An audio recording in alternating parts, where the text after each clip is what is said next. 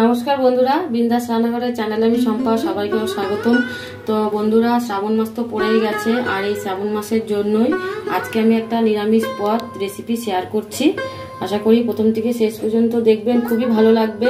তো এখানে আমি নিরামিষ পনিরের জন্য কি কি উপকরণগুলো নিয়ে নিয়েছি। এখানে নিয়েছি আলু কেটে নিয়েছি, এরকম ডুমডুম করে আলু কেটেছি। আর এখানে পনির নিয়েছি, এরকম টুকরো করে পনির কেটে নিয়েছি। পটল নিয়ে নিয়েছি, পাতলা করে পটল কেটেছি। আর এখানে রয়েছে একটা টমেটো, আর নিয়েছি কাঁচা লঙ্কা আর আদা। তো এই উপকরণগুলো নিয়েছি। এখন আমি রেসিপির জন্য প্রস্তুত শুরু করব। কড়াইতে এখন আমি পনির ভাজার জন্য তেল দিয়ে দিলাম। দিয়ে দিচ্ছি অল্প হলুদ, আর দিয়ে দিচ্ছি অল্প নুন।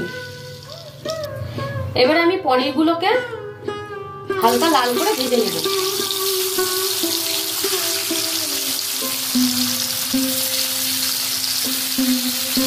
পনির আমি এরকম লাল লাল করে ভেজে নিয়েছি। তেল রয়েছে, ওই তেলের মধ্যে এখন আমি আলু পটল ভেজে নেব।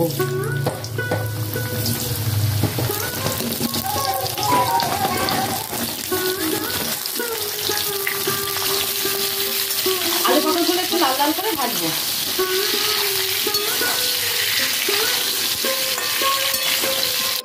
আলু পটল ভাজা হয়ে গেছে, আর আলু পটলটা আমি কিন্তু একটু লাল লাল করে ভেজেছি। এবারে আমি আলু পটল ভাজা নামিয়ে নেব। দিয়ে দিচ্ছি একটা তেজপাতা, আর কিছুটা লং, আর কিছুটা দারচিনি।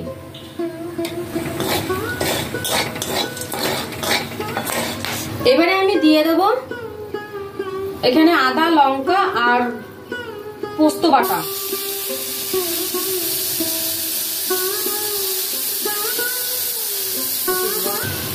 দিয়ে দিচ্ছি 1 চামচি হলুদ, আর দিয়ে দেবো পরিমাণ মতো নুন। এবার দিয়ে দেবো অল্প কাশ্মীরি লঙ্কা গুঁড়ো।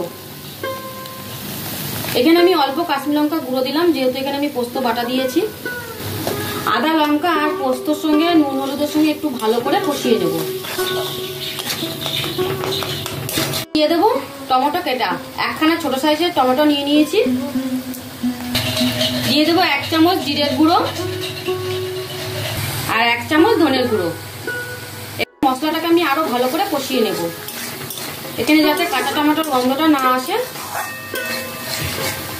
মশলা কিন্তু কষানো হয়ে গেছে, আর মশলা দিয়ে তেল ছেড়ে গেছে, কত সুন্দর তেলটা ছেড়েছে। এবারে দিয়ে দেবো আলু পটল ভাজা।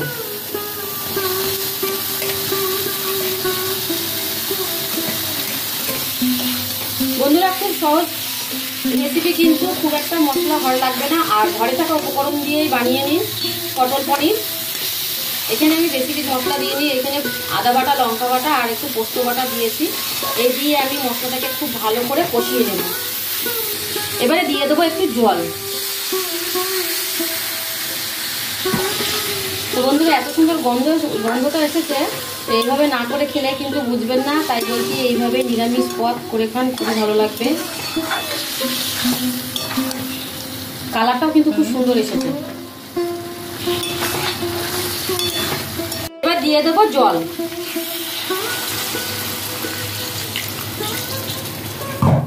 খুব একটা বেশি জল দেবো না, একটু গ্রেভি ধরনের থাকবে, তাই আমি এখানে অল্প জল দিলাম। ঝোলটাকে 2 মিনিট ফুটতে দেবো। এখানে আলু আর পটল কিন্তু সিদ্ধ হয়ে গেছে। ঝোল ফুটে গেছে, আর পটল আলু সিদ্ধ হয়ে গেছে। এবার আমি দিয়ে দিচ্ছি পনির।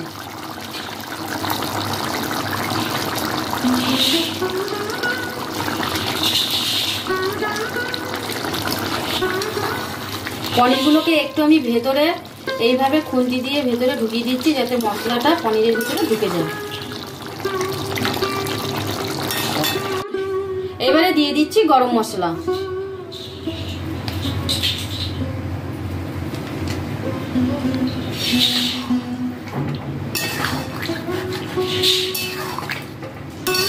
এবারে আমি সার্ভ করে নেব। তো সার্ভ করে দিয়েছি। তো বন্ধুরা, গরম গরম ভাত বা রুটি, পরোটার সাথে সবকিছুর সঙ্গেই ভালো লাগবে। তো এইভাবেই করে খেয়ে দেখবেন, খুবই ভালো লাগবে। আর প্লিজ বেশি বেশি কমেন্ট, লাইক, কমেন্ট, শেয়ার করে দেবেন। আর যারা আমার চ্যানেলে নতুন আছেন তারা একটা করে সাবস্ক্রাইব করে দেবেন, খুবই ভালো লাগবে। তো রেসিপিটা আমি এখানেই শেষ করে দিচ্ছি। তোকে টাটা, বাই বাই।